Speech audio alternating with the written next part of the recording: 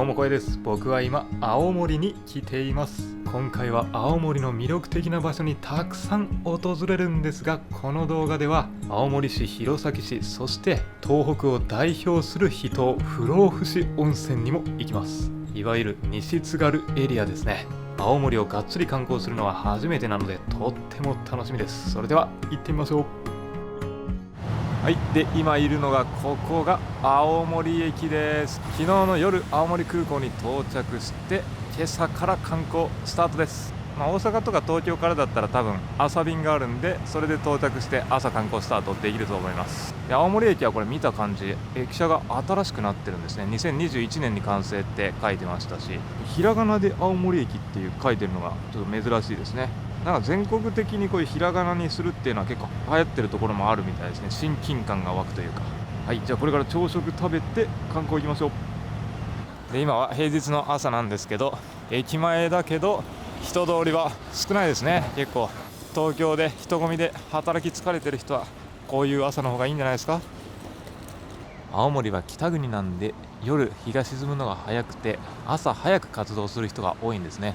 なんで朝活が結構盛んなのか、魅力的なモーニングのお店とかもたくさんあるんですよね。例えばここはカフェ喫茶店になっていて、こんな感じでモーニングサービスも充実してますね。見ての通りで、なんと朝ラーですね。朝ラーメンを食べるのも文化としてあるみたいでそのお店にやってきました。ここが朝ラー発祥の地と言われているラーメン屋さんなんですけど、あれGoogle マップだと空いてたんですけど、工藤というラーメン屋今日は休業日でした。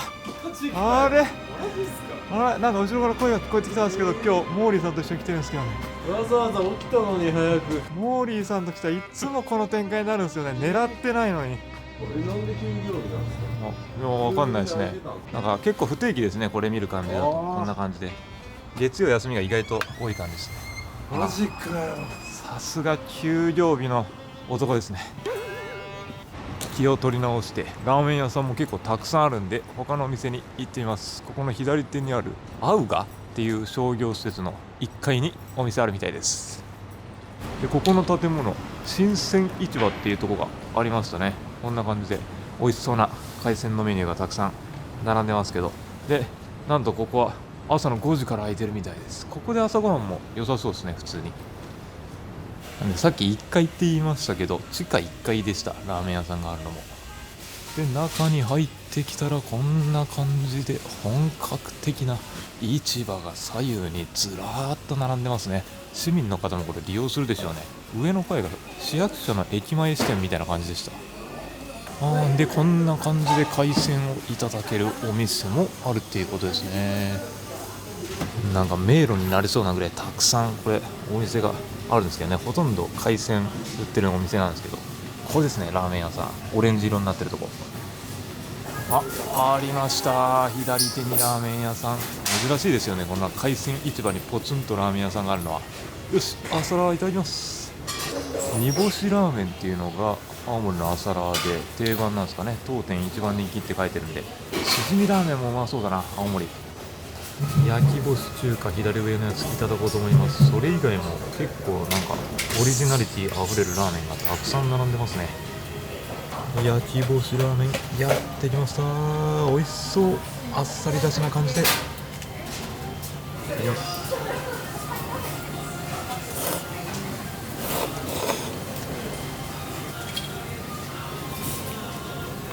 いやすごいあっさりとした醤油ベースの出汁で、これやっぱり朝でも食べやすいすっきりした味わいですね。煮干しの粉末をこう中に入れてるんで、ほんのりと煮干しの出汁の風味がね香っていいですね。で煮干しラーメンっていうとちょっとこうたまに苦手な人もいるんですけどね、こう風味が強すぎて。でもほんのり香るぐらいなんで、煮干しが苦手な人でもこれだったら全然食べやすいと思いますね。なんか飲んだ後の締めでも食べれそうだし、朝でもいけますね。これだったらあっさり醤油、麺の中にちょっと黒いつぶつぶみたいなのが練り込まれてるんで、これもイワシの粉末なんですね。でもほんとイワシしてない、ほんのり香る感じがいいですね。風音痴な人だったら気づかないんじゃないですかね、多分ね。いやでもやっぱね、人間は早起きすることがね、健康の秘訣の一つだと思うんで、青森は早く日が沈むっていうことでは、朝から精力的に動いてたくさん食べて、で夜はねそんなに食べないっていうの、これ理想的なね、皆さんダイエット頑張ってる人もいると思うんで、はい、青森だったらできるかもしれないですよ。朝から海鮮食べてラーメン食べて喫茶店行くってはしごもできますから。それだけ太っちゃいますか、逆に。ダイエットならないみたいです、はい、大丈夫。ただ朝からそれだけガツガツ食える人はもう健康であることは間違いないです。皆さんトライしてみてください。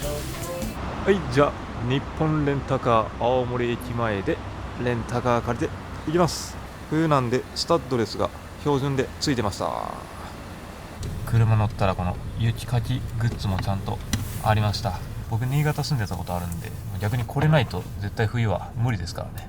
いや日本レンタカーコスパいいしサービスもちゃんとしてるからやっぱいいですね。これ案件じゃないですからね、別に。ちょっと僕が言いかけた案件でしたね。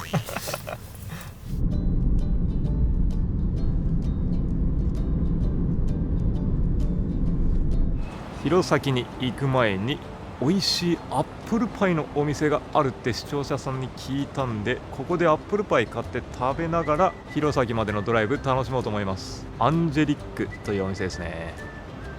中入ったらこれが有名なアップルパイですね。めちゃくちゃうまそう。リンゴがぎっしり入ってる。他のこのケーキとかも美味しいらしいですね、全部。うわ、このクロワッサンもこの生地のパリパリ感がもう見ただけで伝わるからめっちゃうまそうですね。この辺にあるパンもトリュフ塩パンとか、お、シュークリーム、クロワッサンの中にもシューが入ってる。すごい、これ住んでる町の近くに欲しいな。洋菓子もこっちの方にたくさん並んでますね。そしてこっちカラフルなマカロンもあるし、上にはドーナツもあるし、ケーキもなんだって揃ってます。僕もアップルパイとシュークリームください。シュークリームっていうらしいです、こっちの発音だと。せっかく美味しそうなアップルパイ買ったんで、近くのコーヒー屋さんでコーヒーもいただいちゃいます。こんな感じでトーストもあるんでモーニングでも利用できそうですし、コーヒーはなんとこんなにたくさんのお豆から選ぶことができますね。これはコーヒー好きには魅力的なお店だ。ここのお店もアップルパイ売ってますね。これも美味しそう。はい、ドライブしながらコーヒーとこのアップルパイ食べようと思ったんですけど、さすがにドライブしながら撮影できないんで先にちょっといただいちゃいますね。一口。うまそう。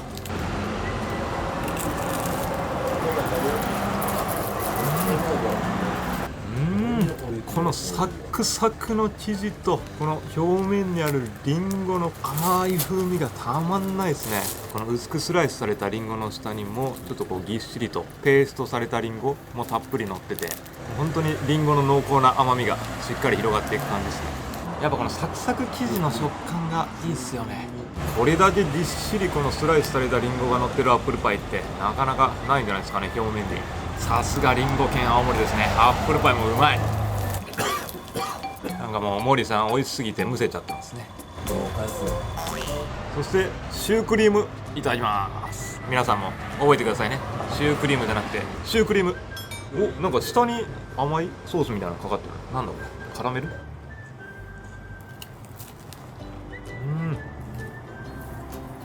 これも周りがすごいサクサクですね。こう薄い感じじゃなくてちょっと厚みがあるのに、このサクサクでふわっとした食感も楽しめるし、中にぎっしりクリームですよ。カラメルみたいなちょっと苦みのあるのが下に生地としてありますね。青森はシュークリームもうまいですね。またむせてますね、美味しすぎて。森さん。そしてスイーツにはコーヒー。おー、いやー、コーヒーもうまいっすね。こうお店の中に焙煎機もあったし、コーヒー本来の風味にちょっと青りんごのような爽やかな風味も広がっていって、これはうまい。朝からもう贅沢すぎるこのスイーツとコーヒーですね。ちょっとロングドライブになるんで、こういう美味しいスイーツ買ってドライブも楽しみたいところですね。では青森市内から弘前市内に向かいます。車で1時間ちょっとの距離ですね。途中に見えているこの岩木山の景色が本当に美しいです。標高1625メートルの火山で上に雪が積もっているこの光景からも富士山を連想させることから津軽富士とも呼ばれている津軽地方のシンボル的存在ですね。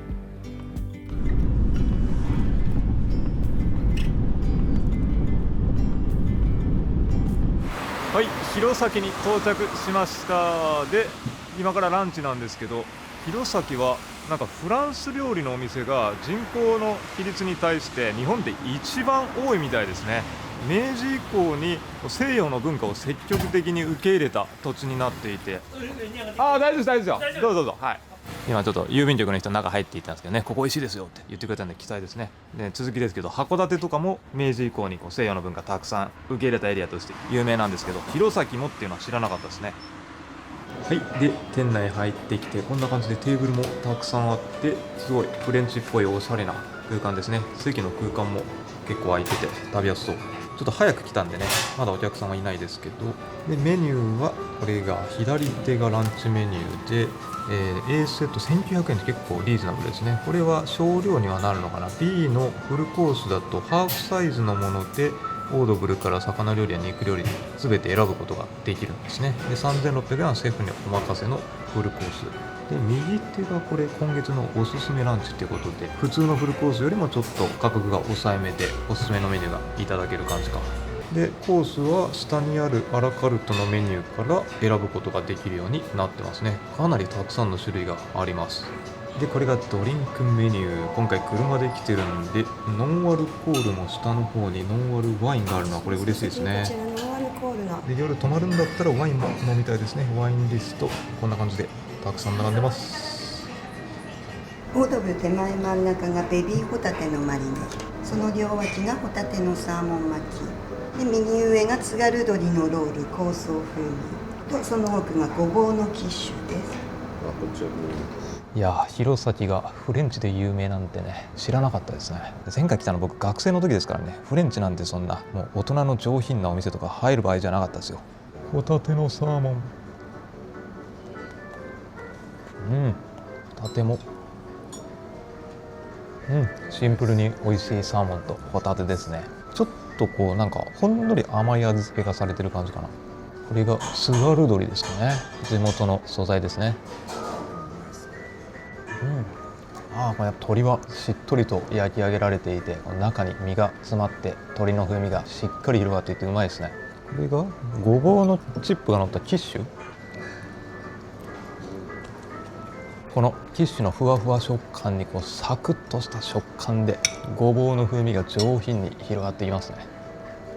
でノンアルの赤ワインを頼みました。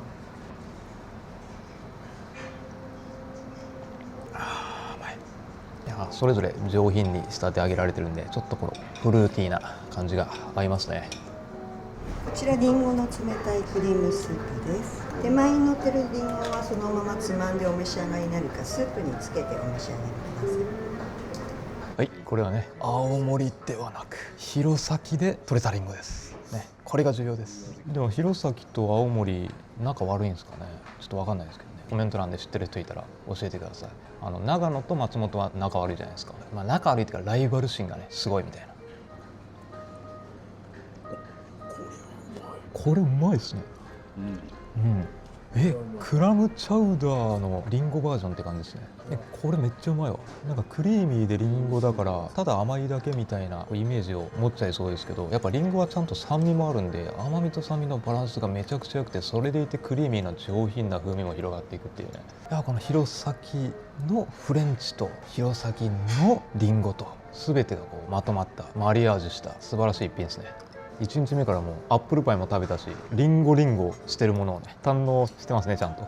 でさっき弘前にフレンチが普及したのは西洋の文化が積極的に明治時代に入ってきたっていうふうに言ってましたけど、それに加えてやっぱこういうリンゴフルーツとかその他海産物とかね、いろんな、山もねさっき岩木山見えましたけど山の幸も取れるんで、やっぱ素材がとってもいいからこそやっぱフレンチには高品質な素材が必要なんでね、そういう素材も揃ってるからここの弘前でフレンチが普及したっていうふうに言ってましたね。で僕はさっきのリンゴスープはもちろん初めて食べたんですけど、この弘前は本当いろんなフレンチのお店でリンゴスープっていうのは結構提供しているみたいですね。定番メニューと言うべきなのか、はい、それぐらいここでは浸透されているメニューです。面白いですね。だからリンゴスープ飲み比べの旅もできますね。こちら県産ガーリックポークのリンゴジュース煮です。ガーリックポークはニンニクを食べて育ったブランド豚なので、そんなにニンニク味はしないと思います。これは面白いですね。めっちゃ柔らかいな。これホロホロだ。ガーリックポーク、ガーリックを食べて育った豚。大分県だったらかぼすぶりありますよね。広島だったらレモンサーモンってありますよね。柔らか。これうまいっすね。お肉がめちゃくちゃ柔らかい。これ牛肉のようにホロホロっと豚肉なのにとろけていく。でこのリンゴソース煮なんでね、確かにどちらかというとちょっと酸味がある感じですね。一般的なデミグラスソースとかそういうのに比べて、なんですっきりとした口当たりなんで、個人的にはね、このコテコテの霜振りまくったこってりソースよりもこういう後味さっぱりの方が本当好きですね。ご年配の方とかでもこれだったらめっちゃ食べやすいと思いますよ。そしてお肉には赤ワインですね。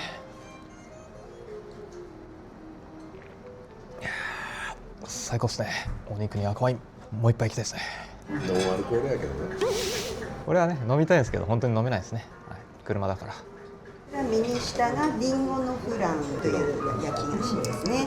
その隣左側がマロンムースで、一番奥が柿のシャーベットです。いやデザートもこれ3種類も出てきましたね。なんと豪華な。朝はシュークリームも食べましたしね、アップルパイも食べましたし、こんなに夜になる前にデザート食べるの初めてですね多分ね。この中にリンゴのこれ何ていうんですか、すりつぶしピューレ、これがもうほんとぎっしり入ってるからと、リンゴの甘み酸味が贅沢ですね。やっぱしっとりとした生地と一緒に。いやまさか青森じゃない弘前に来て上品なフレンチをランチでいただけるとはびっくりですね。こんな文化があったとは。西洋の文化が入ってきてるけど、そのフレンチがなんか街に定着しているってないですよね。よくよく考えたらそんなに全国見渡しても珍しいと思いますね。はい、それでいてお城もあるんで、お城とかね他の観光スポットは今日はちょっと時間がなく、不老福祉温泉が目的なんでね、そっちに行くんで、明日青森に帰る途中にまた弘前寄ってゆっくり観光したいと思ってます。海や最高。はい、で不老不死温泉に向かう前にこんなスポットがありました。千畳敷という、ここは有名なスポットですね。こっちの西海岸の中ではこんな感じでゴツゴツとした岩山が隆起しているのが特徴的なんですけど、多分向こうの奥の方までちょっと歩いて行けると思うんで行ってみましょうか。わ、この辺すごいっすね。侵食された感じが、この大自然の荒々しさを感じることができる光景じゃないですか。この辺は潮が引いてる時間帯っていうのをこう見た感じ分かりますよね。光が反射して青い海がこの水面のところを照らしてる光景がとっても美しいです。で目の前に岩がありますよね。この千畳敷の岩は昔の火山から出た灰や溶岩が固まってできた砂岩と呼ばれる岩ですね。昔から長い時間をかけて波とか風が岩を削ったり磨いたりしてこんな平らな形になった、そんな地形です。うわーすごい。こっちこっちまで来た。危ない危ない危ないやっぱりね今から冬になるんで、この冬の日本海はもうとんでもなく、日本海なの。日本海寄りというのかな。飛んできた今日は結構天気いいんでそんなに荒々しくはないんですけどね。冬の日本海は雪が降ってる時とかとんでもなく揺れると思うんで、昔新日本海フェリー冬に乗った時はもうゲロ船で二度と乗りたくないと思いましたけどね。いやいいですね。日本海らしい景色見られてます。でこれから向かう不老不死温泉はこっち側ですね。夕日が綺麗に見られるみたいなんで楽しみです。こっちの北側見るとポツポツと渡り鳥白いやつが見えますね。で奥の方には陸が見えるんですけど、多分あれ北海道じゃないかな。函館方面、函館ではないですけど、北海道近いんでね、青森からでも天気がいいとこうやって見えます。すごい JR の駅がこれ千畳敷駅って目の前にありますね。来た。しかもなんかいいのよ。鉄道オタクの人が好みそうな2両編成のやつですね。海沿いを走る。取れ高のために一緒に走ってくれてる。結構いい景色望めそうですね。そうですね。海沿いのこれ電車旅も楽しそうやな。冬でも電車で来れるんだったら良さそうですね。不老不死温泉。電車ちょっと新しいですね。うん、確かに。山手線みたいな。おお、しかもクロスする。おお、いいぞ。この絶妙なタイミングすごいね。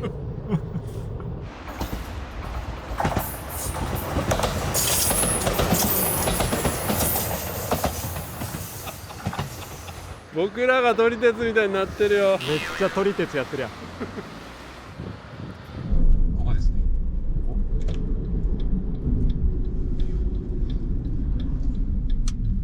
海に寄っていってますね。どっちどっち？まあ普通に本館新館。意外に宿泊は右っすね。宿泊右か。ってことは日帰りは向こうなんや。うわ、めっちゃこれ宿泊結構いるんじゃない？車結構止まってるな。なんか元気になったでって感じのおばあちゃんが不老不死を。不老不死の効果で、さあついにやってきましたね。東北屈指の有名な温泉です。不老不死、楽しみだ。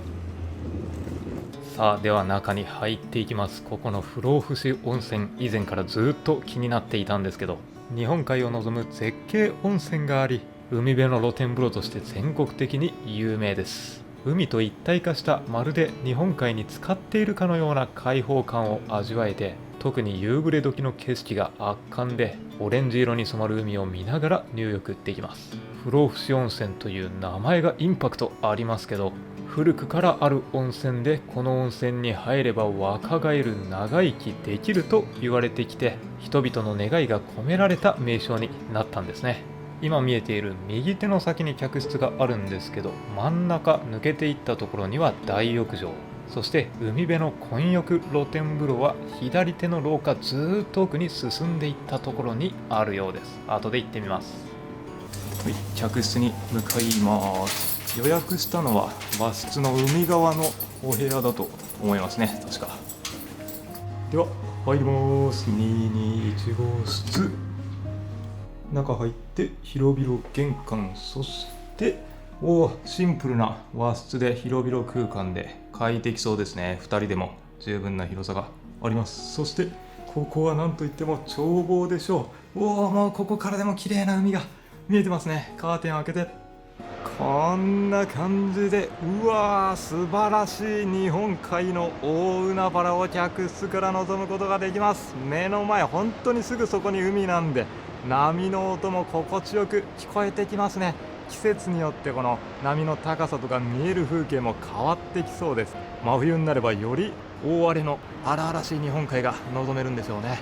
そして左手にはこれまた美しい夕日の景色が見えてますね。もうすぐ太陽沈みそうで、今ちょうどこの海の水面に太陽の光が反射していて、とっても綺麗ですね。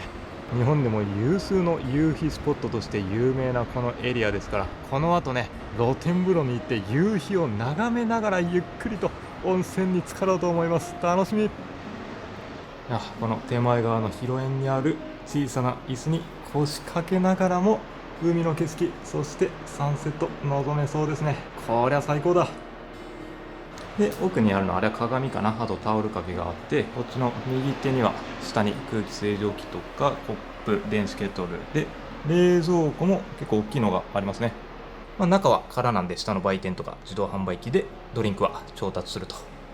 で、この辺は暖房器具かな。テレビもあって、座布団とか、この辺は各種案内かな。で、中にはお茶セットが入ってて、真ん中にはこれは茶菓子ですかね。はい。で、多分これ右手に布団が入ってるんでしょうね。あとは貴重品ボックスとか、この中が、タオルとかミニタオル、あとは浴衣とその羽織物も下にありますね。で、こっち側水回りのエリアは、シンプルな作りになってますかね。ドライヤーがちょっとこれ古い感じですけどね、新しいのに変えてほしいですね。でこの扉の先がこんな感じでトイレになってます。いやー、はるばるロングドライブで到着して、これはね、海の音、絶景を見ると心癒されますね。早く温泉に入りたいんですけど、ここ皆さん料金どれくらいか気になると思うんで、森さんいくらだと思いますか？まだね、温泉とか見てないんでね、ご飯も。確かに。部屋しか見てない。確かに。なんともわかんない。言えないですけど。わかるわけないです。まあでもどうなんですか。二食付きです。二食付きでこの絶景と不老不死っていうのからして豪華バイキング2名室ですね。2名だったら3万5千。それがです。なんと何いきなりテンション上がってジャパネットにジャパネットに性能されてる2名室2食付きバイキングプランで29,700円です。なんとどうですか社長、もう一声。一級の割引を今回僕が使って28,958円です。素晴らしい。素晴らしい。つまりですね、1人15,000円ぐらいで2食付きで絶景で東北有数の露天風呂に入ることができるってことですね。これは来たくなりますね。ちょっと頑張ってロングドライブ楽しんでも。まずは温泉行きましょう。はい、じゃあ不老不死温泉向かっていきますよ。こっち側に今夕日が見えてますけど、で通路の窓の先にありますけど、あそこ右端に突き出たところがあれが露天風呂じゃないかな。浴衣着てる人がたくさんいるから。はい、外出てきました。こっちの右手は工事してるんですね。で、おお、これか。目の前に見えている露天風呂。夕日がもうちょっとで、てか雲で今日はちょっと下の方もしかしたら隠れてるかもしれないですね。これはすごいっすね。本当にもう大自然の中にポツンと存在する露天風呂で、ここ左手が混浴湯で右手が女性湯っていう風に書いてましたけどね。でもさっきなんかエレベーター乗ってた女性に聞いたら、私混浴に行くって言ってて、理由を聞いてみると、なんかツアーで女性の方がめっちゃ多いから人混み嫌だから混浴の方に行くって言ってましたね。そうか、混浴の方がそんなに混んでないんだったら、男としてはラッキーですね。こんな感じで石見をフロントからもらってきました。いや、楽しみですね。では行ってきます。映像はホテルの写真のインサートを挟んでおきます。はい、そして営業時間が終了した時間帯なんですけど、特別にこの時間帯撮影させてもらってます。すごくないですかこれ。目の前が大海原、本当に海が見えてて、これ光がないんでちょっと見えづらいですけどね、茶色く濁った泉質になっていて、入ったら本当鉄の匂いと味と海水が混ざったような泉質ですね。完全なる源泉かけ流しで、いやー気持ちがいいですね。本当にさっきまで本当に混浴風呂なんでね、男女両方ともたくさんの人たちが入っていて、こっちの左奥に綺麗な夕日を望みながらみんながそれを眺めてゆっくりと使っている姿がすごい印象的でしたね。はい、いや東北でも指折りの絶景露天風呂、さすがっすね。これをもう身を乗り出したら本当に目の前海ですからね、風が強いと波しぶきがこっちの方まで飛んできちゃいます。いやー、これはでも泉質は本当ちょっとぬるい感じなんで、でも源泉の近くにいれば暑いですね。なんか今後ろで森さん熱々言ってますけど、向こうに行くにつれてぬるくなるみたいな感じです。いや、雪景色の時とか、または波が穏やかな夏とかでもこれ綺麗そうですよね。はい、後ろに源泉湧き出してきています。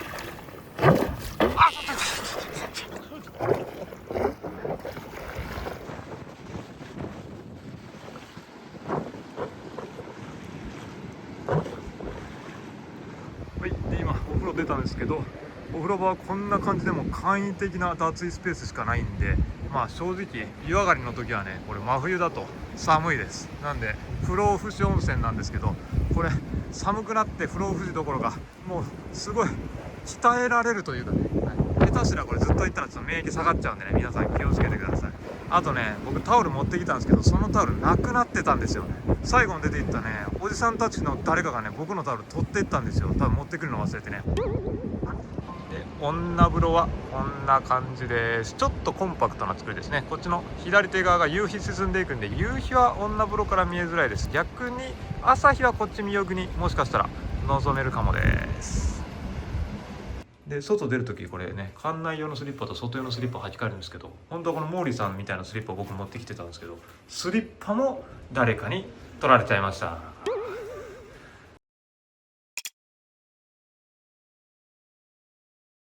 い、じゃあ、夕食の時間です。こっち右手は懐石料理いただけるところかな。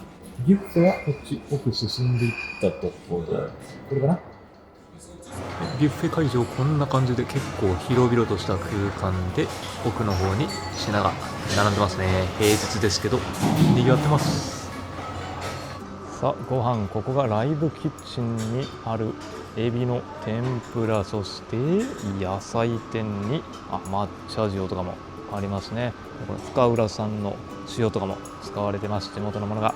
でここがスタミナの黒毛和牛のバラ焼きっていう風に書いてますね。お、すごい、サザエのつぼ煮がありました。なかなか普段食べられない海の幸で、桜姫鶏の香草焼きって書いてますね。鶏肉、地元のやつかな。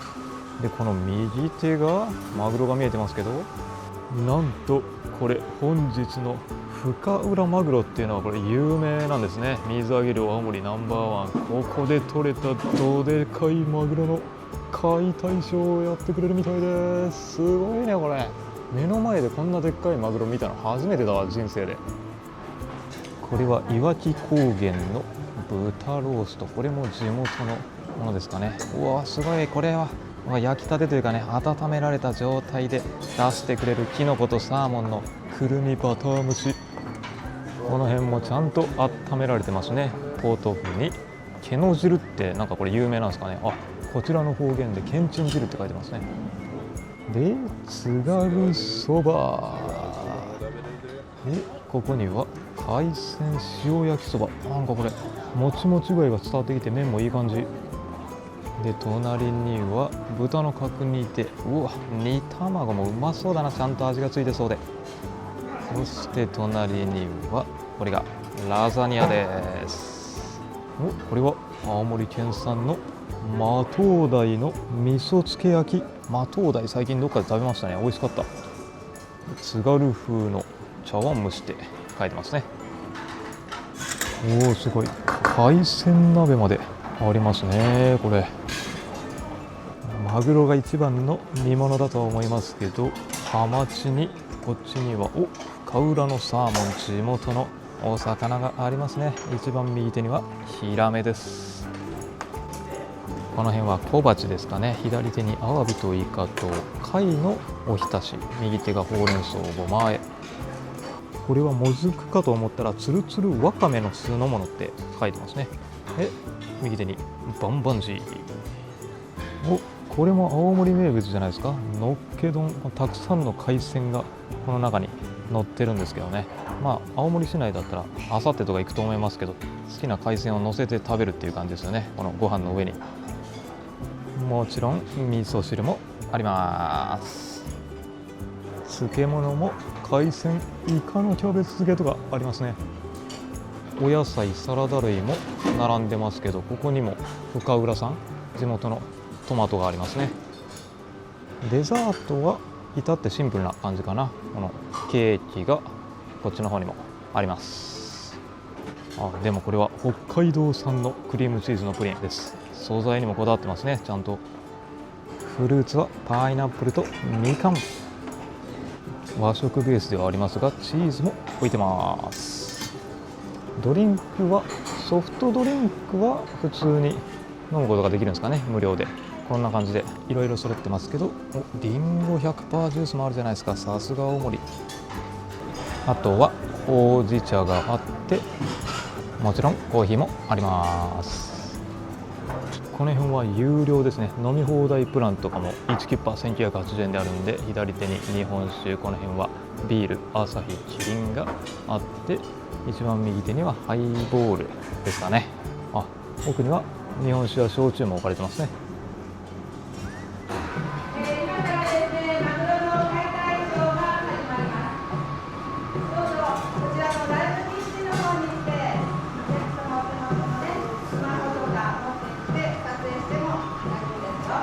この油すごいですよね。これがどこの部位になるんですか？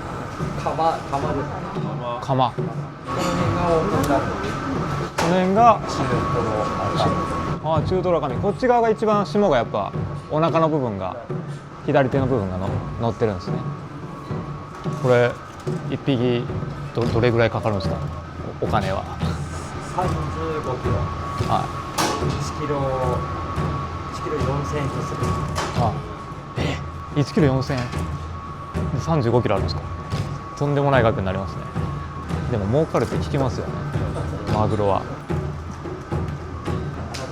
うおー、トロに手前がトロで奥が赤身。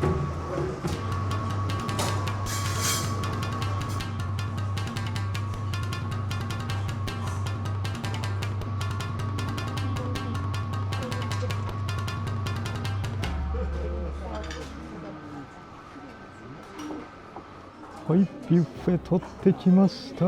やっぱりここは海沿いなんで海の幸が中心に並んでいますね。解体されたマグロもたくさん取ってきましたし、その他のお刺身、そして地元の豚肉、鶏肉もうまそうですね。さらには贅沢に右手にサザエもありますし、あとはけんちん汁とかね。あとこれがマグロの頭の部分を解体して丸焼きにして調理してくれたやつですね。こんなん初めて食べますよ。さらには海鮮鍋も今煮立ってきてます。ホタテめちゃでけえ。でドリンクメニューは左手にビールや焼酎などがあって、右手日本酒、結構いろんな種類がありますね。でソフトドリンクは無料で飲み放題も1980円でいただけます。はい、ではね、モーリーさんみたいな感じの言い方になっちゃいましたけど、ではビールで乾杯したいと思います。よし。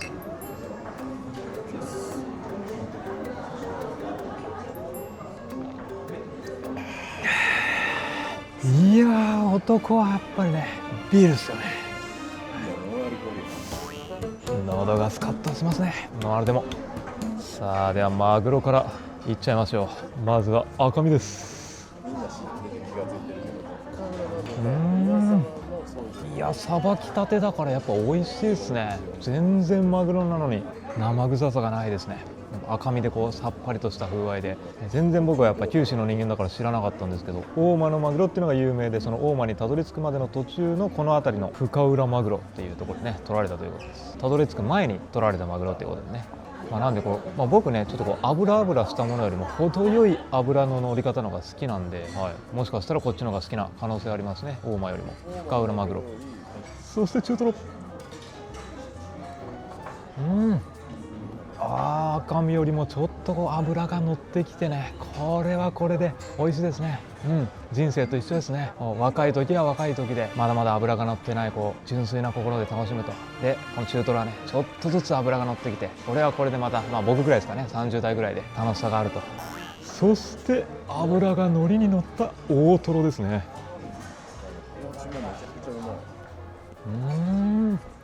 いやー、乗ってますね。これは乗りに乗った状態でございます。まるでモーリーチャンネルです。どすこいさんですね。どちらかというとね。油乗ってますね。いやでもこれね、さばきたてのマグロ食べ放題って全国的に探しても、少なくとも僕行ったことないんで、結構これはいいんじゃないですかね。ここでしか味わえないこの品質の高いマグロ食べ放題ですね。しかも大トロ、中トロ、赤身全部食べ放題なんでね、ないっすよ。さあ、そしてお作りには日本酒ですね。冷酒不老不死っていうね、不老不死の名がついた日本酒があったんで頼んでみました。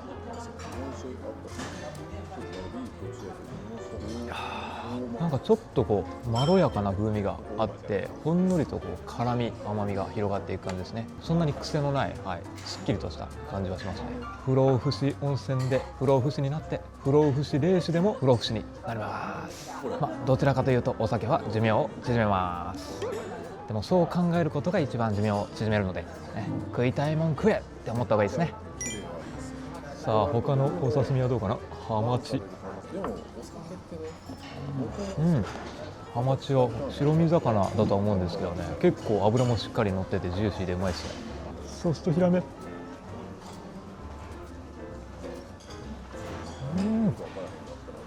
ヒラメうまいっすね。この淡白な味わいで甘みが広がって、今までこうジューシーなものたちが多かったんで、ちょっとこう一休みでいいっすね。こういうさっぱりとした淡白な味わいは。深浦サーモンいっちゃいます。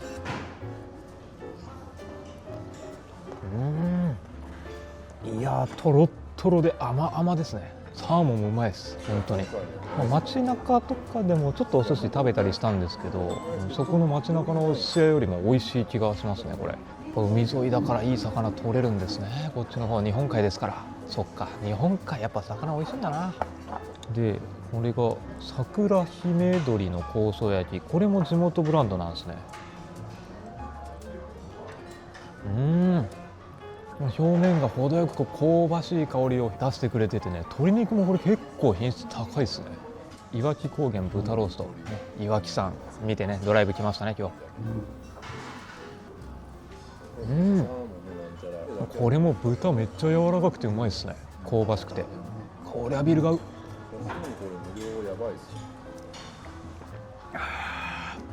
いやー、ビールが進みますね。でこのマグロの頭の部分ですね、これを蒸し焼きにしたやつもいただいちゃいますね。うわ、香りがすごいいいですね。ツナですね。ツナ焼きたてですし、普通のツナだったらこうちょっと物足りないんですけど、表面がこうカリッと焼き上げられてたんで、すごい香ばしい香りが漂ってくる感じがいいですね。普通のツナじゃない。そして鍋に入っているビッグなホタテをいただきます。いやー、ホタテ贅沢ですね。こんなでっかいホタテなかなか食べる機会ないですよ。鍋の中に入ってるこれぐらいのちっちゃいやつしかね食べないですよ普段は僕は。そしてマトウダイですね、焼き物。うまいっすね。マトウダイも身がぎっしり詰まってて、しっとりと焼き上げられていて、味噌焼きですかね、上品なほんのりとした甘みが漂ってきて、高級旅館の朝食とかで出てきそうですね。これもうまい。さあ、そしてサザエをいただいちゃいます。もうすぐに取れる感じですね。もう取りやすいようにしてくれてます。めっちゃでっかいなこれ。うまっ。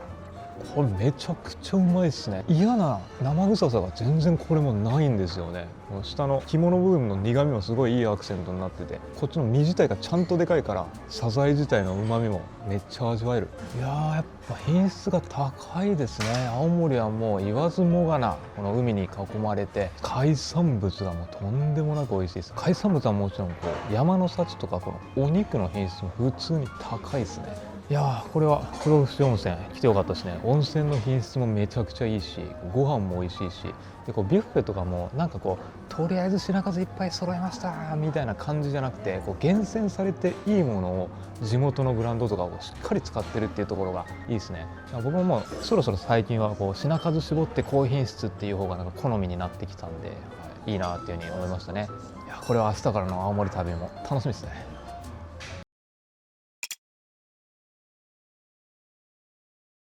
はい、おはようございます。翌朝です。今日は昨日は晴れてたんですけど、どんよりと曇り空が広がっていますね。昨日と全然またこれは景色が違います。いや、波もちょっと曇り空だと荒々しくなってますけど、朝一番でまたこの黒牛温泉に浸かろうと思います。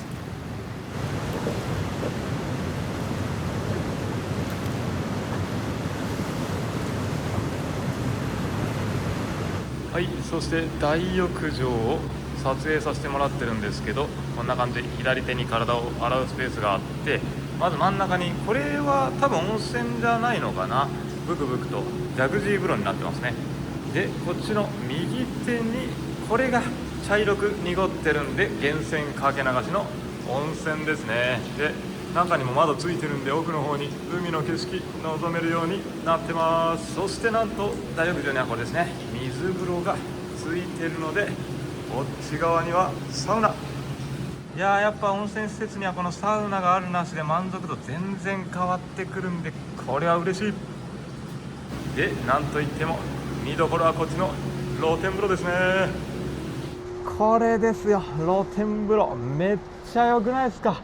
目の前に大海原日本海の景色をしっかりと望みながら、ここもまた源泉かけ流しの温泉を楽しむことができます。ね、すごいでしょこの茶色く濁った感じ。本当にもうちょっとでもつけたらもう肌が見えなくなるぐらいに濁ってるんですよね。奥のところには昨日入った混浴風呂があるところがここからも見えてますね。いや、やっぱこの開放感がすごいな、ここの温泉。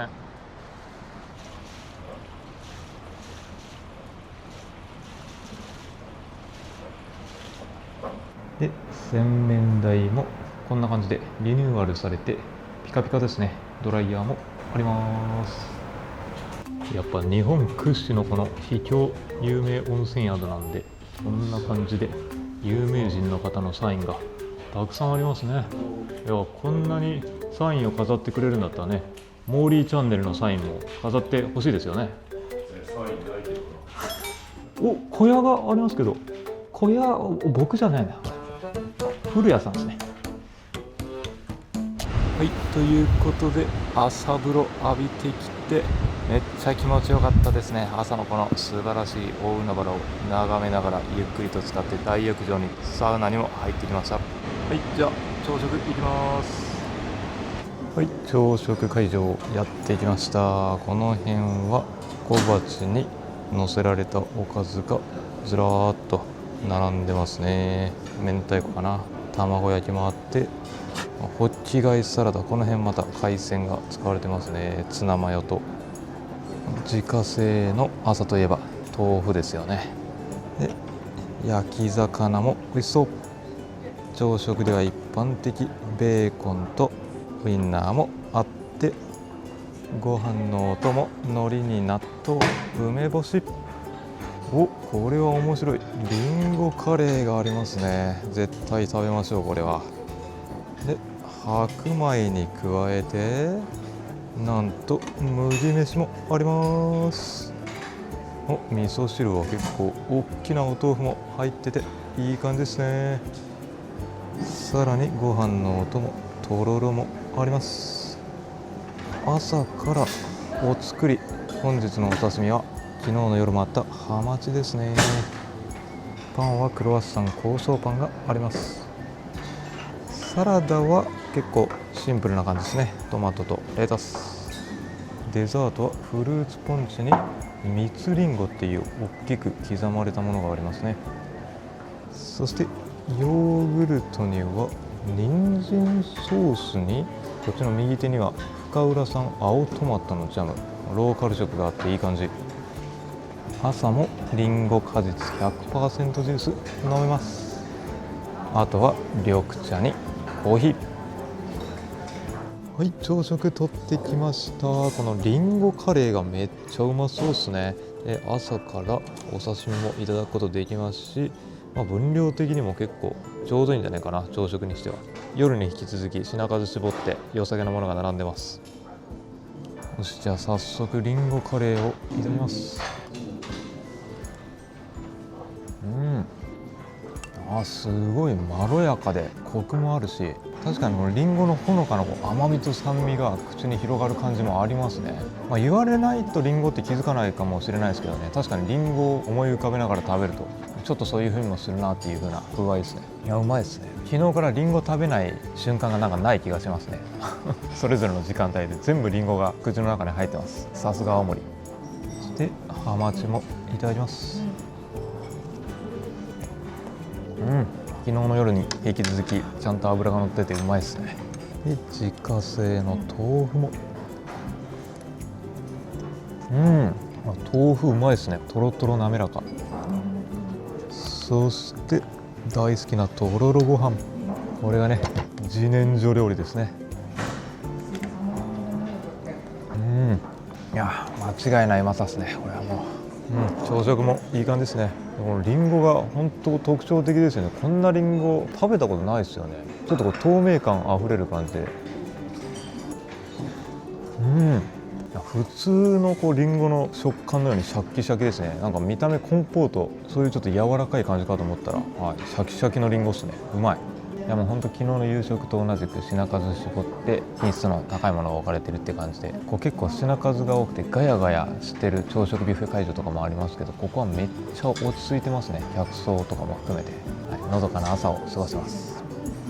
はい、では不老不死温泉チェックアウトして次のスポット向かうんですけど、あいにくの天気なんでちょっとどうしようかなって迷ってて、今ここにいるんですけど、ちょっとこの南の方に行ったらスポットがあって、これですね、12湖っていうエリアに池がたくさんあって、この辺りは神秘的な景色がたくさん望めますね。有名な世界遺産白神山地のエリアですから。で、こっから30分ぐらいで行けるところに、これが気になりますね。青池っていう池。透き通った水でこの綺麗な青色の湖が見られるっていうところでね、めっちゃ行きたかったんですけど、ここの不老不死温泉の館内にもポスターが貼ってあったんで、まあでも雨だとね、こんなに多分透き通った景色見られないんで、時間も取られちゃいますし、今回は断念します。またこの辺り白神山地とかね、観光に訪れる時に楽しみとして撮っておこうと思います。ということで、またこっちの北上して弘前に帰ります。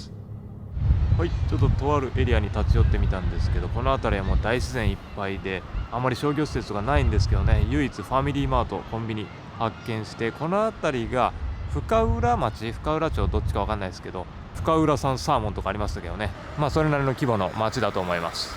で、こっち正面に見えているあそこの岩が深浦大岩という有名なスポットですね。昨日一応ここ通ったんでね、途中で天気良かったから立ち寄ればよかったんですけど、ちょっと失敗しましたね。で、ファミリーマートがこれ観光車用の駐車場にもなってるんで、ファミマに駐車場止めてあっちに歩いていきます。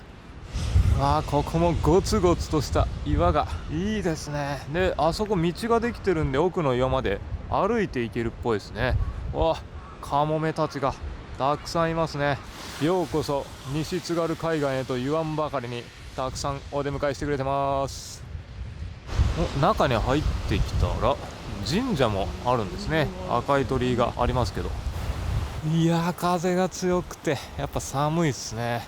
これ当選簿してるみたいにこれ木が倒れてきてますけど、定休日じゃないですかこれ。昨日夜中めっちゃ風吹いてたからな。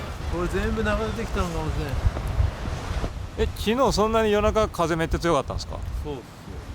僕なんか爆睡してて全然気づかなかったですね。雷もすごかったです。毛利さん目覚ましたみたいですけど、それでこんな飛んできてたのが。当たり鳥が。あの数すごいな。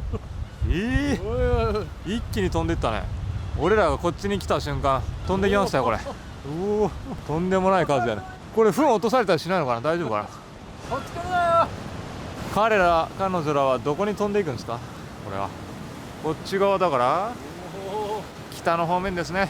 なんでわざわざ寒いのに向こうに向かってるんだろうな。これどんどんこっちに近づいてくると迫力がすごいですね。冬の日本海のこの大荒れの波で、日によってはここ折れないんじゃないのかな。でもね、これ下見てみると透明度が高いからやっぱ綺麗ですね、日本海の海は。波が穏やかな日はもっとこう透き通った青色の海が見られるのかな。これ岩とかめちゃくちゃでかいけどな。とんでもないサイズですね。ちょっと広角のレンズだと伝わりにくいかもしれないですけど、そびえ立つ岩が上に、これも長い月日をかけて風とか雨が浸食してできたものなんですよね。洞窟がある。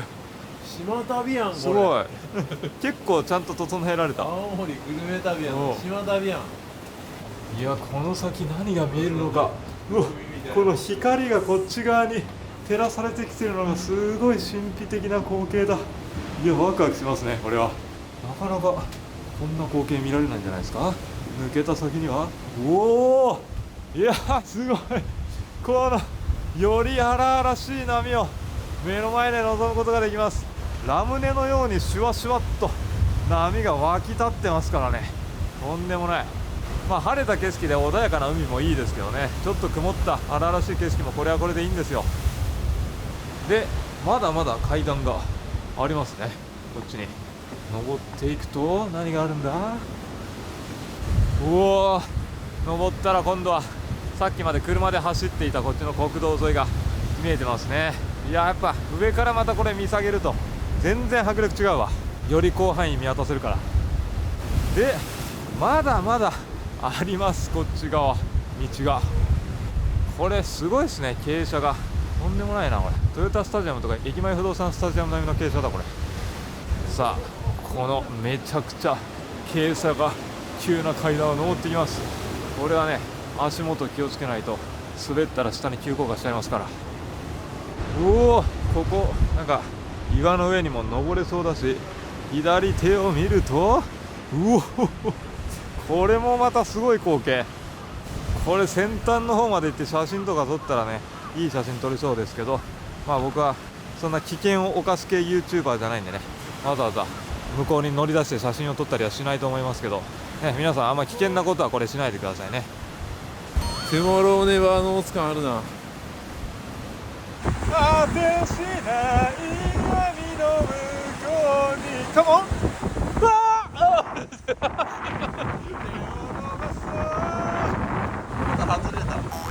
いや、陸からちょっと歩いてこの洞窟みたいなとこくぐってきただけで、ちょっとこう離島感あふれる雰囲気を味わえるっていうのは最高ですね。これは、まあ、雪が降ったらまたこれ味のある雰囲気になりそうですし、四季折々の景観楽しめますね、ここは。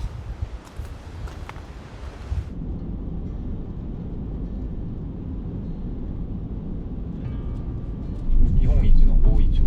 ああ、来てみた。あれか。あれだな。本当に日本一なんか知らんけど。はい、やってきたのは北金ヶ沢の大イチョウというイチョウの木で、めっちゃでかいです。これ前に今モーリーさん左手歩いてるんですけどね、モーリーさんと比較してもとんでもない大きさであることがわかると思います。日本一の大イチョウと言われることもあるみたいですが、で何が日本一かっていうと、この幹回りとか枝張りが日本最大級と言われてるみたいです。高さ自体はもっと大きなイチョウの木があるっていう風に調べたら出てきます。樹齢1000メートルで高さが約31メートルもあるんですよね。まあ確かに今まで人生で見たイチョウの木でこんなに大きいのはあんまり見たことがないですね。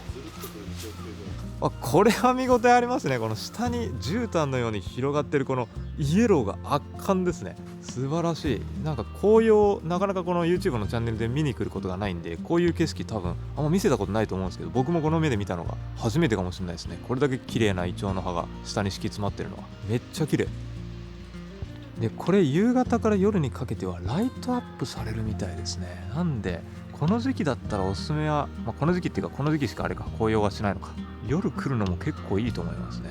いやでも夜はね不老不死温泉入るんでちょっとタイミングが難しいですけど、一回見てみたいですね、ライトアップの景色。あ、ここには国指定の天然記念物っていう風に書かれていますね。で近くには北金ヶ沢駅っていう駅があって、そこから徒歩で5分で訪れることができるみたいですね。意外とこの辺りは鉄道での旅も楽しめるんでしょうね。なんでやっぱ海沿いに鉄道があるから。あ、でここに分かりやすいマップがありましたね。ここの深浦のエリアの観光マップということで、こんなにたくさん見どころがあるんですね。この2番のところに今いるイチョウもありますし、あ、さっき説明したこの青池ですね、12個綺麗な景色を望めるところ、そして右下いつか行きたいですね、白神山地。ちょっと1泊2日じゃ全てこれ堪能するのは無理ですね。あ、そしてこっちにライトアップ情報も書いてました。ご好評につき期間延長12月8日までって書いてます。ご好評なのか、その今年がめちゃくちゃあったかい時期が長かったからなのかわかんないですけど、この西津軽の深浦のエリアはめっちゃ広いですね。こうやって見るとこの真ん中に書いてますけど、想像以上に大規模な観光エリアだ。しかもこれイチョウの形してますね、地図が。面白い。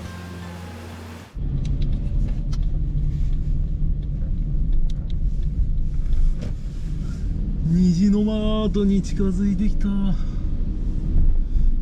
新鮮市場ですかね。虹のマートじゃないですか。虹のマート。いやだからどういう建物ですか。わかんないです。さあ弘前に戻ってきてランチタイムです。虹のマート、この中に市場とか津軽そばっていうものを食べれるっていう風に聞いてやってきました。お、中入ってきたら、おいすごい、なんか食べ歩きもできそうな感じで、結構市場にぎわってますね。全然知らんかったな、こんなあるの。なんかいい感じのコーヒー屋さんもあるし、スイーツとかパンのお店もありますね。地元の人がスーパーのように使う場所でもあるんですかね。でも観光地としても楽しめそうですよね。普通に新鮮なお魚とかが右手ありますね。カス丼っていうのがありますね。これカス丼？豚カス丼。カス丼ってなんだよ。こっちのカス丼わかんないですね。もう食べましたって書いてある。海鮮丼がうまそう。いや、700円でこんなにネタがたくさん入ってる。大トロ青森県産、これもうまそう。絶対新鮮やん。北海道産のホタテも貝柱食べれるし、お、三陸のカツオ、いや、カツオのたたきとか普通に食べて、地元のやつばっかりやん。これめっちゃ良くないですか。サーモンも来ました。みんな大好き北海道産の大粒イクラ。すげえ、揚げたての天ぷら食えるやんこれ。唐揚げもめっちゃうまそう。奥にあるやつ揚げたてだよ。揚げたてやん。美味しそう。エビも揚げたてだよ。おお、もうそれで天丼作れるの。あ、ほんとやん。天丼作れるやん。うわ、これもう東北と北海道の海の幸がずらっと揃ってますね。とんでもない。伊勢エビもある。これ高知産だ。これ焼き魚もめっちゃうまそうです。うなぎもあって、マトウダイも昨日食べたやつですね。川魚の鮎まであるし、何でも揃いますねここは。和菓子もスイーツが本当にたくさんありますね。青森はもうリンゴだけじゃなくて、リンゴをきっかけかもしれないですけど、スイーツ文化も盛んなんですかね。で、ここで津軽そばをいただこうと思います。麺のお店、秋元さんですね。奥のカウンターで座って食べれるみたいです。で、こんな感じでやっぱ麺にこだわりがあって、麺だけを販売している感じですね。これが津軽そばか。メニューは普通のそばと幻のそばと和風ラーメンっていうのがあるんですね。真ん中の幻のそば並びます。これが9割みたいですね。一般的なそばが7割ですね。トッピングもこんな感じでいろいろつけることができます。はい、やってきました。幻のそば山菜トッピングで美味しそう。初津軽そばいただきます。ありがとうございます。9割そばだからすぐにこうポロッと切れちゃう感じで、おそばのうまみがしっかり口に広がっていきますね。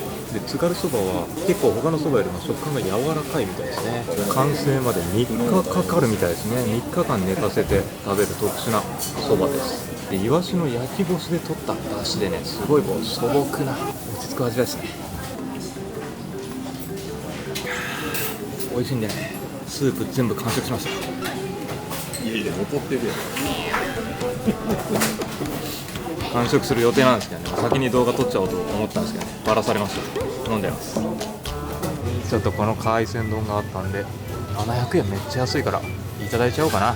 で、よく見るとこうネタがちょっと違うのありますね。この青魚入ってるし、こっちはイクラが入ってて、ネギトロか。どれにしよう。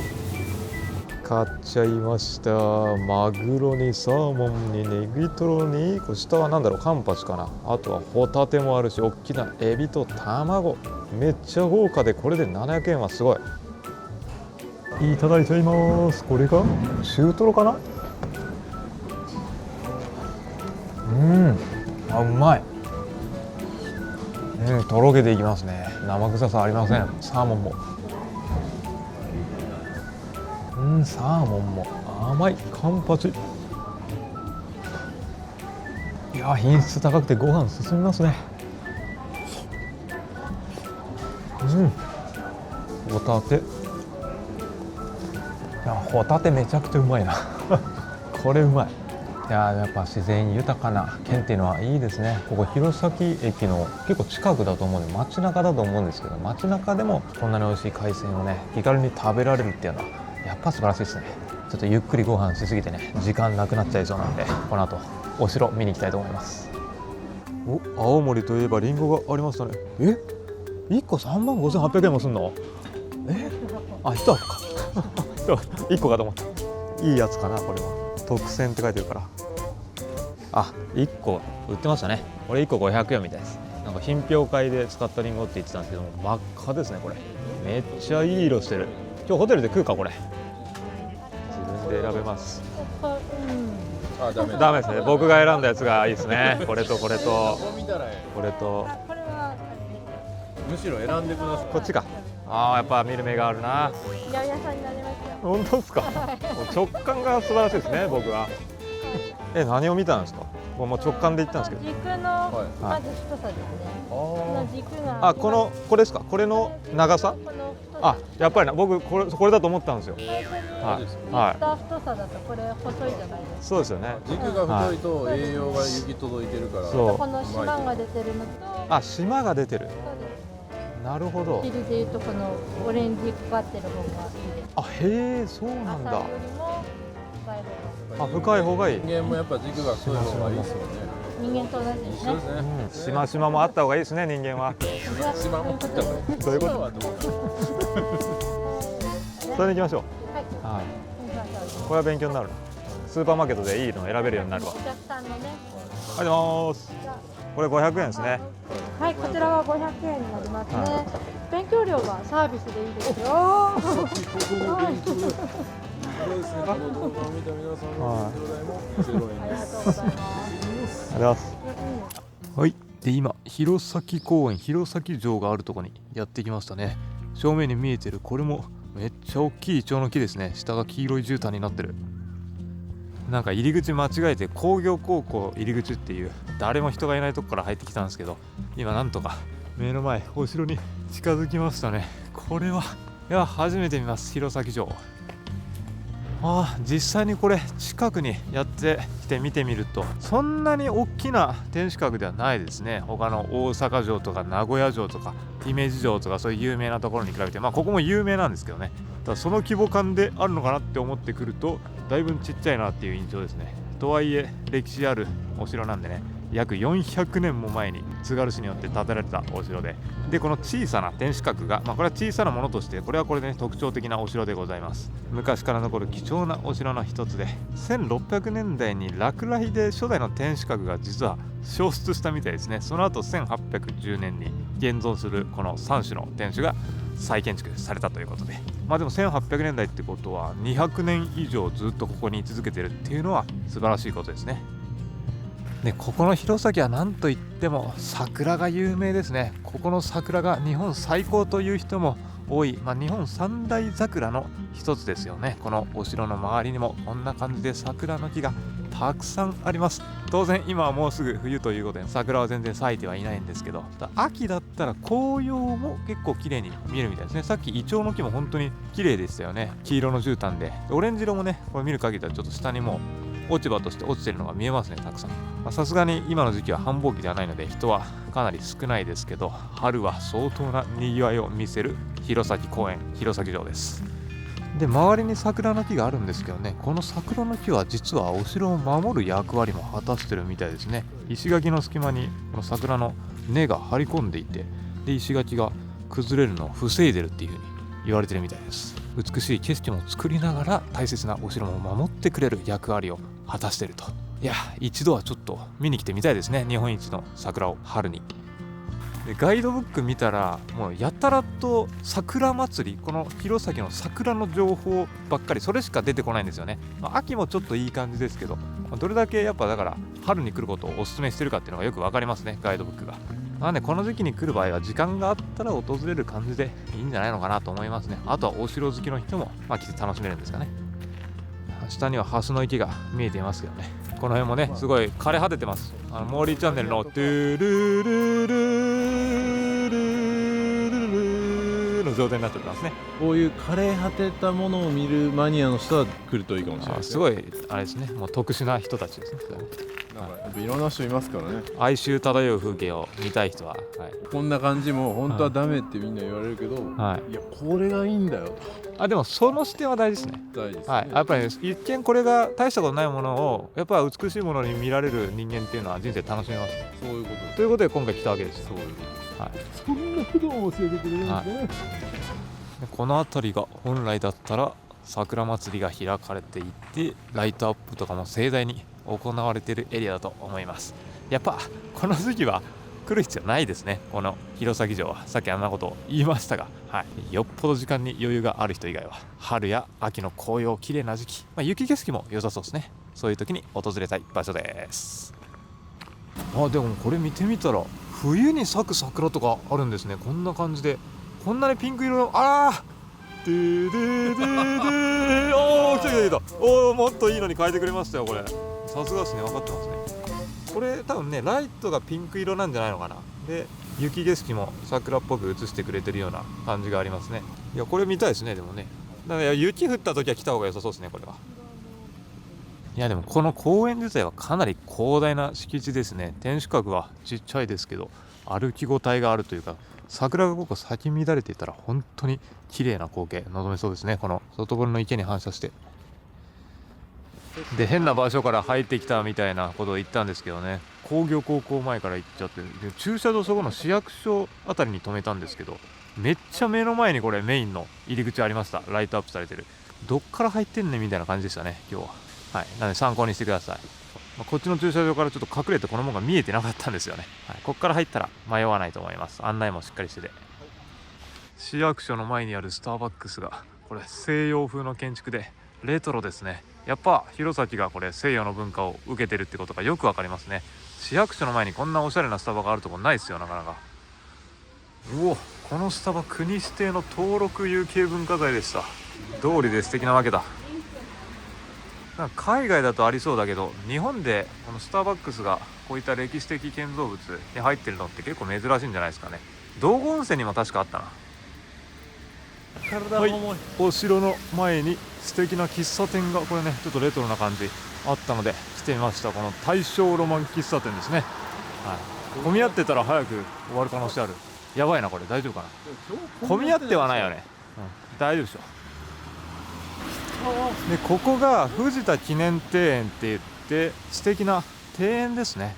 これも登録有形文化財になってるんで、一つの観光スポットですね。多分左手が喫茶店だと思いますね。でこっちが抹茶とか書いてるけどね、庭園なんでお抹茶素敵なお庭眺めながらいただけたりしそうですね。ここは弘前城とセットで訪れる人多いんじゃないですかね。あれやばい、今何時？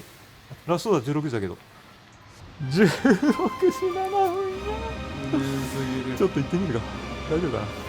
もしかしたら入れてくれるかも。こんな感じでリンゴスイーツガレットもあるし、テイクアウトのアップルパイ、テイクアウトもダメなのか。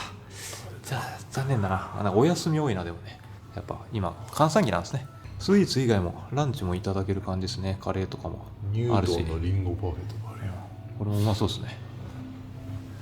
はい、で気を取り鳴らして藤田アイスっていう昔ながらのアイスがいただけるところにやってきました。結構これ人気店みたいですね。カランカランアイス、昔懐かしい。これかな、なんか駄菓子屋とかで見たことありますね。よし、じゃあいただきましょうか。あれ本日終了また。いや Google だと空いてるんだけどな、17時まで。マジかよ。ちょっとやっぱ閑散期なんですかね。青森今平日旅行してるってこともあるんですけど、と思ったらこれ頼めるんですね今。よかった。あっちは工場です。あっちは工場が工場が終了しただけで食べるのは全然いけるんだ。大丈夫。よかった。これが人気なんですか。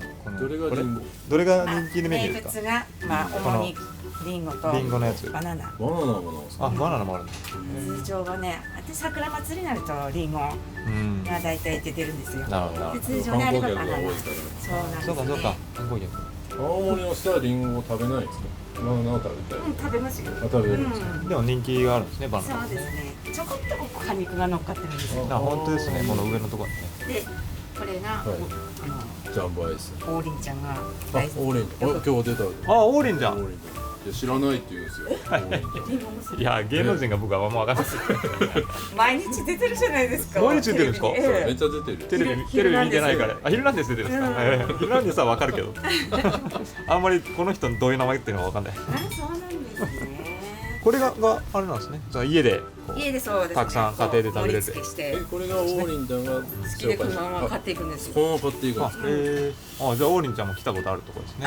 そうですね。今年来なかったんですけど。とかなんか知ってる感じで言ってるけど。青森の有名人ですからね。そうですね。いや楽しみですねこれ。チリンチリンアイスじゃなくて何アイスでしたっけ？カランカランアイスでしたっけ？カランカランアイスですね。はい。九州の人間なんでチリンチリンって言っちゃったんですけど。これどうやって取り出したの？ど確かに硬い。うやって取り出したの？でそれはもうカップにこうやってですよ。そういう時代生きてないですか？そうですね。僕いや違うそれじゃないです。じゃあこのカップでここれでこうじゃあこれ森さんのやつか。これ森さんのやつか。映してないからな。これ使うん。そういう時代があったんですね。これにこうやってこうやる。ほんでこうやってくれ。こんなん知らなかったですね。知らない人いますよね。コメント欄で教えてくださいね。ちょっとね、芸能人のゴーリンちゃんが食べたやつですかね。いや知らんかったよさっきまで。あった硬いっすね。小学校の時に食べたら、飛行機のエコノミークラスとか乗った時はね、ハーゲンダッツカチカチですよね。でもあれはもう最初から出すから溶けるの待ってるから合理的なんですよね。これもやっぱ持ち帰って食べる人が多いから硬くしてるんでしょうね、多分ね。でもすごいこれシャーベットみたいな感じなんですけど、さっぱりしてますね。で上に果肉がちょっと乗ってるから、こんなにさっぱりしながらもリンゴの甘みがちゃんと広がってすごいですね。なんかアイスっていうよりも完全にシャーベットですね。うまいこれ。めっちゃすっきりしてうまいですね。うまいこれ。めっちゃすっきりしてうまいですね。同じこと言ってる。いやね、長崎のチリンチリアイスとちょっと違いますね。チリンチリは柔らかいからなんですよ。チリンチリアイスはあれバニラですよね。バニラっぽいですよね、味が。こんなシャーベットじゃない。でもなんかコメント欄でこれが人生で一番美味しいアイスみたいな書いてきてませんでした。こういうのが好きな人は好きなんだと思います。シャーベいやでもット状のアイス。僕らの世代はこれ食べるとなんか自分たちが小学校の時が一番うまかったみたいな。懐かしの味なんですね。懐かしいよね。そしてもう一軒、花丸っていう喫茶店にやってきました。結構後ろの周りは良さげな喫茶店があって、そこでアップルパイを食べることができるんですよね。また食べちゃいますか。昨日も食べたけど。はい、メニューはこんな感じで、おすすめメニューの右上のアップルパイ頼みました。リンゴの種類は2種類あるんですね。下の富士を頼んでます。アップルパイマップっていうのがあるんですか。こういうのがあって、うちこれもあるの、これちょっとメインなんですけども。これ今日売り切れですか。そう売り切れちゃって。この何でしたっけ、読み方が紅紅玉。紅玉って書いて。紅玉っていうこのリンゴなんですけども、割と小ぶりの。富士も美味しいですよね。見た目がこっちの方がちょっと赤いからね、引きがあるっていうね。こんなにたくさんあるんですね。弘前のそれぞれの喫茶店に。パイが食べ比べできるってことですね、これで。アップルパイ好きな人は来ないといけないですね。そうですね。はい、じゃあいただきます。富士のアップルパイ、うまそう。はい、じゃあいっちゃいます。サクッと。うまそう。中にぎっしりアップル詰まってます。紅玉、これ昨日のこれなんですけども、ちょっと私は見てみたので、よかったら。すみません、ありがとうございます。サービスです。ありがとう。いやー、いいカメラ持って写真的な。ありがとうございます。いただきます。いや、うまいですね。昨日はアンジェロッティだっけ、アンジェラ・アキだっけ、アンジェリーナだっけ、なんかそういう有名なお店ありますよね。アンジェリーナでしたっけ。一番人気なんですか、俺。なんかちょっとでもモダンな感じですよね。上にスライスされたやつが乗ってて、カリカリのやつでね。そうなんですね。いやいや、またね、別のものですよ。はい、あれはあれでこうモダンな感じで、良さがありますし、これは本当にこう昔ながらのこう家庭的な。いや、それがまたいい。おばちゃんが作る。いや、それがいいんです。いや、落ち着く味わいですね、本当に。うまいですよ。なんとたまたま余ってたっていうことでサービスで出してくれました。紅玉のアップルパイです。見栄えがいいですね。これやっぱ赤くなってるんで、真ん中が。いただきます。味が違いますね、これね。これの方が酸味があって、こうスカッとね。はい。紅玉は使ってるところって少ないので。紅玉少ないんですか。結構。うまいですね。やっぱ人気な理由があるんですね。なかなか他で提供されてないものをここだったらいただけるってことですね。だからね、やっぱ人気だから、もうこれ食べたい場合はね、ちょっと早めに皆さん訪れた方がいいですね。閉店ギリギリに来ちゃったんでね、僕らは。はい、青森駅前に帰ってきました。このまっすぐ進んでいったところが青森駅なんですけど、今日は楽しみにしていたお店にこれから夕食で向かいます。駅前からちょっと離れるとこんな感じでシャッター街になっちゃってはいるんですけど、目の前のお店ここですね、リンゴ屋というお店で美味しいジンギスカンをいただくことができるみたいです。いやー、僕羊肉大好きなんでね、楽しみにしてたんですよね。入ってみます。店内こんな感じで、入り口のところにはテーブル席があったんですけど、ここはご座敷というか靴を脱いで上がるスタイルでいただくことができます。さあ、そしてメニュー表を見るとこれですね、おすすめされたものを頼もうと思うんですけど、左手の贅沢3品セット、肩ロースがやっぱ一番食べた方がいいみたいで、あとはラムチョップですね。もうこれはもう僕大好きなんで、ニュージーランドで一番美味しかったのはラムチョップだったんで絶対頼みます。下にも超贅沢3枚とかもあるんですけどね。まずは左上の3つ頼んで追加する形にします。で、さっきのお肉ニュージーランド産なんですけどね、一応国産のサフォークとかもあります。岩手県産であるんですね、この羊のお肉が。あとは羊肉の厚切りの羊タンって読むんですか、これ食べたことないですね。タンは羊の、何気にこのラムギョプサルっていうのも気になりますね。韓国式でマシッソヨーって書いてますね。言いましたね、ジャパネットクルーズでこの言葉で。さっきのおすすめ頼んで、あとは単品でこんなにたくさん種類があるから気になるものをチョイスして食べてみようと思います。いや、メニュー豊富でこれワクワクするわ。お肉だけだとちょっとやばいんで、左手の焼き野菜の盛り合わせ、右手サラダもあります。で、ハマりメニューご飯類ですね。これも店員さんに聞いたら左手のラムダレ焼き飯ってやつがねおすすめですって言ってたんで頼みました。右手にはお酒のおつまみもたくさん、まだまだありました。お魚も食べれて、デザート、あとお鍋もうまそうですね。ラム肉の日本ならではですよ。ニュージーランドじゃ食べられない。たくさん飲む人は飲み放題プランもあります。コースで。いや、デザートはこのリンゴを使ったやつもあってすごい気になりますね。はい。で、ドリンクメニューは右手がビールがあって、次のページサワー類ですね。生搾りサワーがあって、次もカクテルですね。カクテルも種類豊富ですね。シャンディガフとかあるし、梅酒、焼酎、そして、ウイスキー、ハイボールも焼酎も右手ありますし、青森の日本酒もたくさん、そしてマッコリもあるじゃないですか。ラムギョプサルがありましたからね。で、グラスワイン、こっちにはボトルワインもスパークリングもあります。で、最後のページ、ソフトドリンクノンアル。ハイボールやな、生搾りハイボール。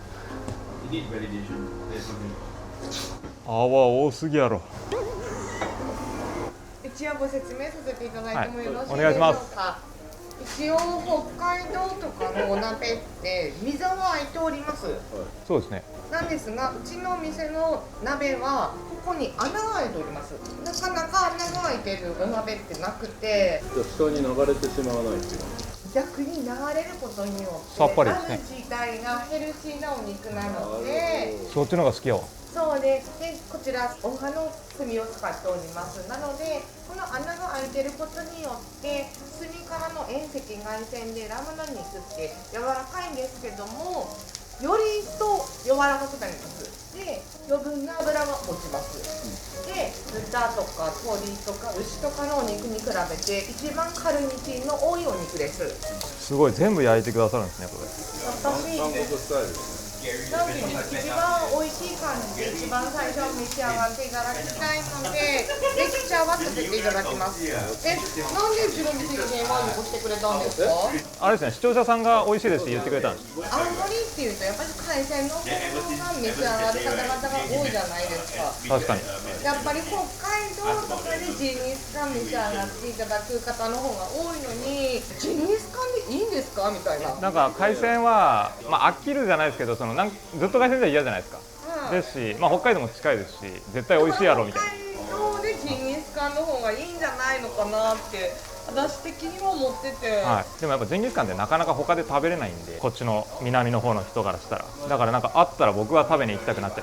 やっぱし美味しければ。若い子たちっていうのは修学旅行で召し上がっていただいたジンギスカンのイメージをされるので、なかなか踏み込めないっていうところがあるので、なんかね、本当に美味しいもの食べないと嫌いになっちゃうじゃないですか、ラム肉って。だからそれが踏み込めないので、もしこういう風に発信していただけると私的には嬉しいですって言ってもいいですか？もちろんです。私的にはもうこれぐらいで食べ物です。最高、うまそう。特別なタレなので。特別なタレ。はい、そうです。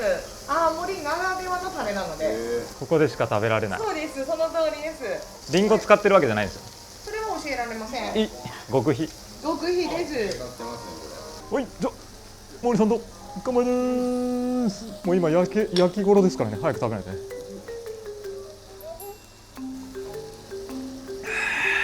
男はビールですね、やっぱ最初は。これやけど。急がない。今が食べ頃って言ってたから。この特製のタレですね。じゃあいただきますよ。これは期待。うまっ。これはうまいっすね。臭みが本当に全然ない。羊肉はね、もう普通の店だったら絶対に臭みが多少はあるんですよ。多少はね。ここまで臭みが全然ないラム肉久しぶりに食べましたね。いや、ちょっとでレア感もあるにもかかわらず、食べたらめっちゃ柔らかいし、柔らかくとろけていくにもかかわらず、後味がめちゃくちゃさっぱりしてて、赤身の風味もちゃんと感じられる。これはうまいです。いやー、ビールが進みます。最高。これはこの旅行一番ですね、満足度が。さあ、やっぱ僕が見つけた店なだけありますね、これは。このタレはね、程よい甘さがあるけどちょっと酸味が効いた感じですね。極秘って言ってましたけどね、酸味があるからリンゴ使ってるんじゃないですか。これ知らんすけどね。めっちゃうまいです。だって臭みが全然ないじゃないですか。全くない。普通は臭みが出るじゃないですか、羊は。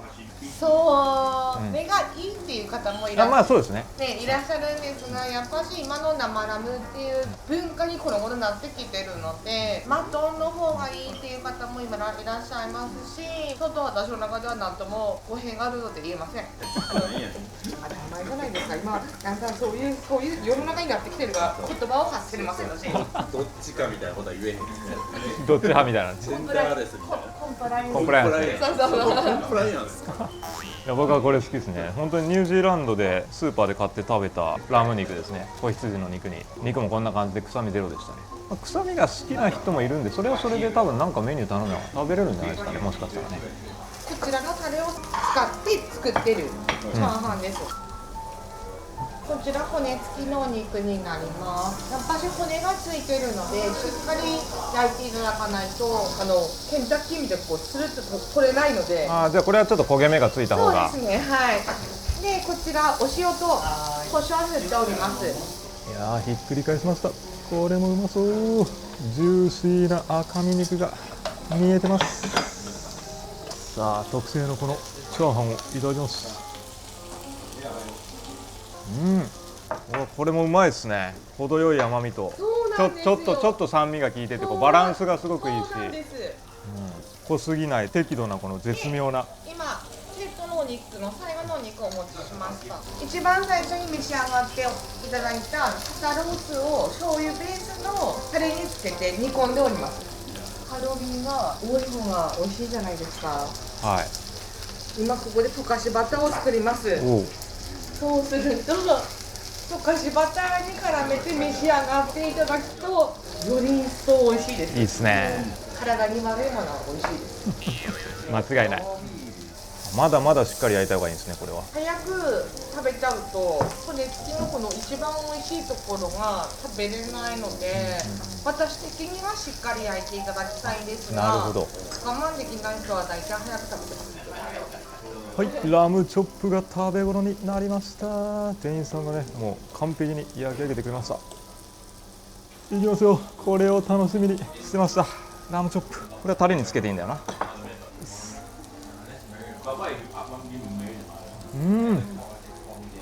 やばっ。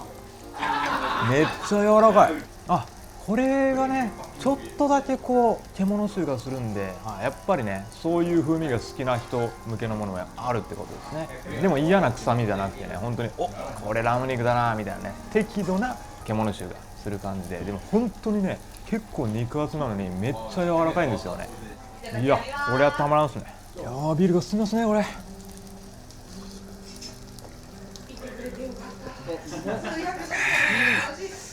一気に飲んじゃいましたね。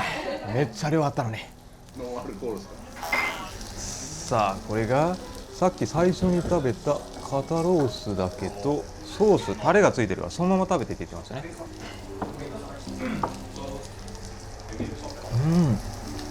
ほんのりこの甘だれがかかってる感じですね。でもほんと適度だからお肉の味を邪魔しないですね。このつけているタレもほんとさっぱりしてる。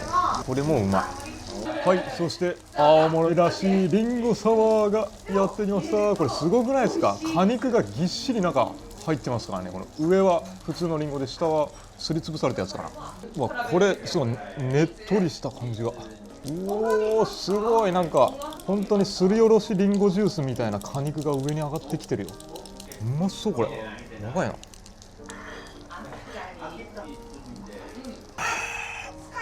すごい。リンゴシャーベットが中に入ってる感じですね。でもこの中のお酒はしっかり度数をそんなにこう割ってなくて、お酒の風味もキーンと入ってくる。そこに甘いリンゴですね、青森の。いや、こんな贅沢なリンゴサワー人生で初めて飲みましたよ。うまい。タンはどんな感じで焼いたらいい？パンはしっかり焼いていただいて、そのままこの塩だれにつけて召し上がっていただいた方がおすすめです。はい、じゃあ人生初羊のタンを食べてみます。うまいっすね。普通に牛とか豚のタンと同じようにこうさっぱりとした味わいで、ほんのりとお肉の風味も広がって、特に癖がないですね。臭みもないし、すごい食べやすいコリコリの食感。食感がちょっと固めなのかな。ちょっと厚切りだからビールのつまみとしてもめっちゃうまそうですね。これビールなくなっちゃいましたけどね。ネギ塩かけるのあげようか。じゃあ私はレバーいっちゃいますね。ネギ塩つけるといいですね。アクセントになりますね。タレがないとこう淡白な味わいなんですけど、これめっちゃうまいな。ネギ塩いいなこれはうまいな、ネギ塩。やっぱネギ塩こそビール飲みたいんですけどね、ちょっと今日飲みすぎだと思うんでね、控えておきます。せっかくなんで青森県産ニンニク頼んじゃいました。めっちゃでかいこれ。さあ来ましたね、青森ニンニク。うまっ。うわー、うまいっすね。これやっぱ品質の高いニンニクっていうのはこう辛みがないっすよね。もう本当にニンニクそのものの旨みが一気に広がっていく感じですね。なんかお芋のようにふわふわってね、こう広がっていく感じがね、たまんないですね。いやー、甘みが詰まっててジューシーですね。昨日は不老不死温泉に浸かってイチョウの木を見て、長寿の象徴ですから、これもまた不老不死で、この健康的なお肉の象徴であるラム肉ですね。油してなくて赤身たっぷりのヘルシーフード、そして元気の源ニンニク、まさに不老不死ですね。アビアでごどうすけど今なら、この時期なら繁忙期じゃないんで安く来れますね。ジャパネットみたいになってますね。じゃあデザートはリンゴシャーベット頼んだんでいただきます。おお、これはシャリシャリで柔らかいからカッチカチじゃなくてちゃんと柔らかいですね。リンゴいただくものなので、美味しいですね、リンゴ。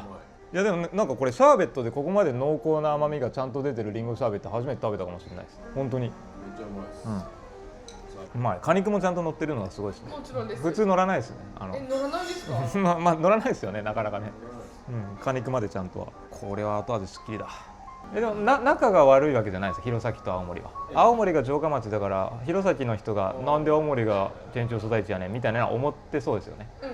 なのでそれがちょっと私は分かりません。私たちはちょっと分からないんですけども、先祖の方々がそう思ってるだけで、私たちは向こうと違うっていう感覚はあるってことですよ。喋る言葉にしても同じではない。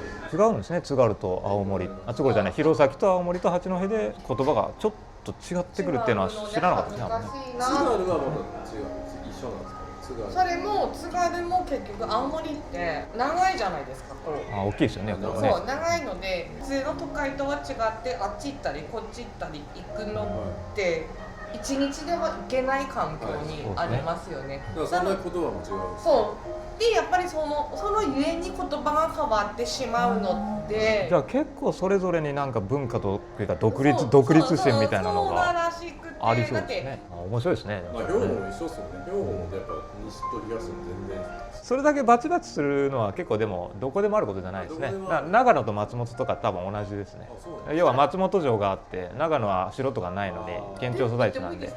別にどっちでもよくないって私は思うんですよ。平和主義者。この年になると全然わかんないんでって何言ってるかわかんない。本当どっちでもいいですよ。でまあ一応そのなんかそういう歴史があるのかなっていうのを聞きたかっただけです。まあそれが別にどっちでもいいです。まあでもそれぞれがアイデンティティ持って誇り持ってプライド持ってるのはいいことだとは思いますね。だから喧嘩はしてほしくないですね。どっちも素晴らしいっていうこと。ね。何さんでしたっけ？小林です。小林さんみたいな人が全員だったらもう平和な国になりますね、これはね。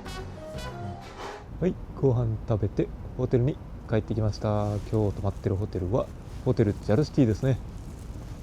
いやー、今日も一日楽しかったですね。で、コンビニでなんか買って帰ろうかなって思ったんですけど、すごい気になるの見つけましたね。こんな感じでねぶた祭りのデザインのリンゴジュースが3種類もありました。これが一番大きなサイズなんですけど、甘みと酸味のバランスがいいんですね。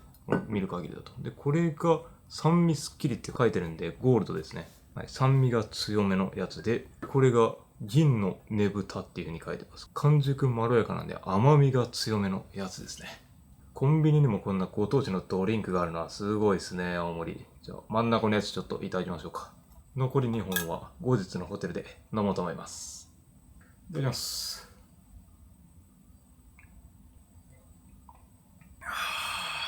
いやー、このコンビニのドリンクだけど普通にめっちゃうまいですね。果実 100% なんで、ほんと濃厚なリンゴジュースで、風呂上がりに飲むとより一層うまいですね、リンゴジュース。いやー、青森旅行前半戦は津軽西海岸の方満喫できましたね。弘前とちょっと青森市も合わせて。明日以降はもうちょっとだけ青森市を観光して、八甲田、奥入瀬、十和田と、青森の中でも一番、ここは絶対行っといた方がいいっていうエリアに行くんでね。これまた楽しみですね。では、おやすみなさい。